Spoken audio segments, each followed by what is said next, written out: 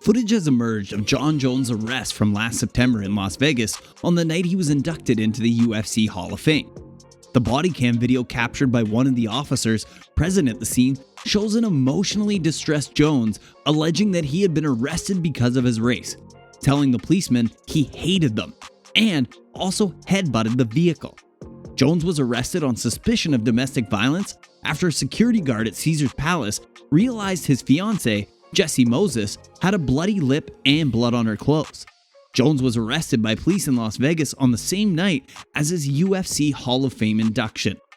In the clip obtained by the Las Vegas Review, the 34-year-old UFC star was told to put his face on the bonnet of the car and was surrounded by police. Humiliate me, my Hall of Fame. You f***ing nerd. I hate you. I hate you. I hate you. I hate you. You f***ing nerd. I hate you so much. Thank you. My Hall of Fame name. What's your name? Put it on camera. Like you, Josh. Nerd. Don't touch me. Please don't hurt me. Get your phone out of your way. Sir. Yes, sir. You f***ing nerd. On my Hall of Fame night. Say your name publicly. Say it. Garrett what? John. Officer Nerd. Calm down, bro. Heard me on my Hall of Fame night just because I'm big and black. And what did I do? All these officers. What did I do? Officer Garrett Nerd. You heard me on my Hall of Fame night just to have it. I want you to be famous as fuck. And I heard that someone comes to you. No, stop, man. I came from my Hall of Fame ceremony, and I'm black, and I have my friends, and I did nothing to you. Go hang me, hurt me, and kill me. What did I do? Thank you. On my Hall, a black man can't drink. Getting elected into the Hall of Fame, and now this is what I got. Do you? Little by little, Jones became agitated and started jumping up and down in frustration, yelling, "I hate you," before headbutting the car, leaving a medium-sized dent in it. Sadly, this isn't the first time Jones has run into trouble with the authorities. You need to chill out. Yes, sir. I don't have this in my car. No cut, car. Yes, sir, I am. We'll get you on video. No cut. Keep it moving. No cut. Where are your keys? Very stupid. Please, baby, don't do that. Don't hurt me, please. You did it, sir. Yes, sir. Get your video. Yes, sir. Get in the car. Yes, sir. Chill out. Yes, sir. Look at that guy. That's going to be on YouTube tomorrow. Look at him. The arrest took place at 5:45 a.m. at a resort near Las Vegas Boulevard and Flamingo Road. His fiancée stated to police in Las Vegas and admitted that the 34-year-old had gotten a little physical with her in front of their 3 children. Police say he was taken into custody after resisting arrest, and he was released after a bail of $5,850 was paid. In December last year, Jones reached a plea deal leading to the dismissal of the domestic violence charge. He did not contest the charge of destruction of property for chipping the paint and leaving a medium-sized dent in the car. Jones completed an anger management course as part of his punishment and has not fought in the UFC for more than 2 years. There has been some talk of him fighting for the heavyweight title against current champion Francis Ngannou. But with each stunt Jon pulls off, the fight only seems further away. Jones beat Dominic Reyes in his last fight, but that was back in February of 2022. His stellar career inside the cage has been underpinned by multiple ugly incidents out of it. His first major brush with the law came in 2012, when Jones crashed his $150,000 Bentley into a traffic pole after a night out of partying. 2 years later, Jones was fined $50,000 and given 40 hours of community service for brawling with Daniel Cormier at the press conference for UFC 178. Jones was also involved in a felony hit and run, which resulted in a pregnant woman sustaining a serious arm injury. He fled the scene before turning himself into police and was subsequently stripped of his UFC light heavyweight title and then suspended. Jones eventually avoided jail time but was given 18 months probation. Jones addressed the Las Vegas arrest with a text on Instagram story over a video of him working out. Jones wrote, "I have way too much trauma to consume alcohol. My brain simply can't handle it anymore. I will leave alcohol in my past forever. Turn this nightmare into the best thing to ever happen in my life." In March 2016, Jones was taken to an Albuquerque jail after violating his probation due to be given 5 tickets for drag racing.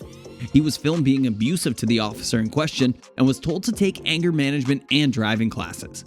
The week prior, he was accused of drag racing and given 5 citations. It's going to be a vehicle nuisance, exhibition, driving, revving your engine, making unnecessary engine noise.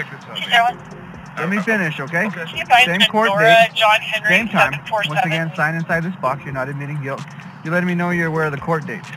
Bones reached a plea deal with prosecutors last December following the night in September and March 2020 that he was charged with drinking and driving and firing a weapon after being found with a bottle of tequila and a black handgun. Jones also had a checkered past with recreational and performance-enhancing drug use. He was forced to withdraw from a fight with Daniel Cormier after failing a drug test for 2 different banned substances, clomiphene and letrozole. Jones then knocked out Cormier in their rematch in 2017, but subsequently he tested positive for turinabol, an anabolic steroid, and the fight was overturned to a no contest. The American vacated his light heavyweight title after beating Dominic Reyes in 2020 to move up to heavyweight. He has been in a pay dispute with the UFC for some time, but it is expected to come again this year. Following the UFC 266 ceremonial weigh-ins, UFC President Dana White addressed Jones' arrest, which took place hours after he was inducted into the UFC Hall of Fame. No, obviously, we'll see how this plays out legally for him and where this ends up going.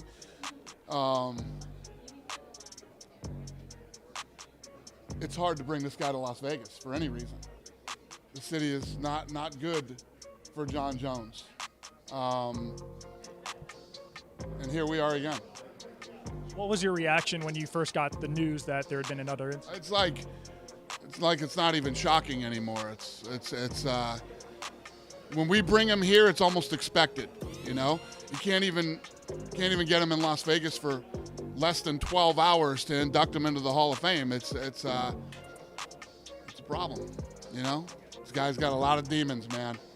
A lot of demons. But is it really shocking anymore? I mean, it's really not. It's become not shocking. It's almost become like, uh-oh, he's in Vegas again. What's going to happen today? You know, you want to hope. You want to hope that the guy is better and that that won't be the case. But, you know, he proves every time he comes to this town that he can't handle this place. Following Jones' arrest, some other members of the MMA community began to give their opinion about the incident. You know, it's unfortunate. And I don't, you know, I've seen a lot of people, including myself, make mistakes, right? Mm-hmm. I've made mistakes. I've got no reason to point fingers at anybody. He's got demons. A lot of fighters do have demons. Some of us deal with them better than others. I've had to, you know, have some talks with some good trusted friends and go through some tough times myself. So, you know, I wish Jon Jones nothing but the best. I hope he can, you know, figure out what it is that's causing him the heartache and the reasons for him going out and doing what he's doing, because it happens. I've seen it happen thousands of times to a lot of really good people. And so he just I think ultimately needs to understand that he's not invincible. Mm-hmm. Accept whatever happened in his past. You know, move forward. Don't let it haunt him anymore, because that's the sort of, you know, the mindset that can end up leading to making mistakes like that. Although some people hate Bones for all of his behavior throughout his career, most people wish him the best and understand that the former light heavyweight champion has a lot of demons to conquer. Even one of Jon's longtime rivals, former UFC champion Daniel Cormier, went on ESPN to talk about what happened in Las Vegas. Ryan, as a guy that has a real personal relationship with Jones in terms of professional, I said some things back in 2017 before we fought the second time.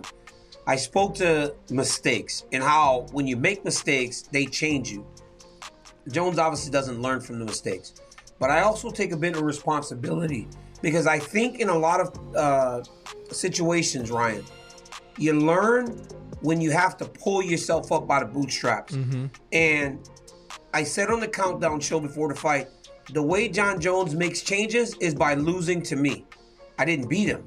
Chael Sonnen didn't beat him. Right. So many people didn't beat him. We never forced him to look in the mirror and evaluate his behaviors outside. because all the bad behavior still led to success. Right. And so why change it? Why change it? It's unfortunate. And I remember when I saw Jones and his family on the red carpet for the Hall of Fame.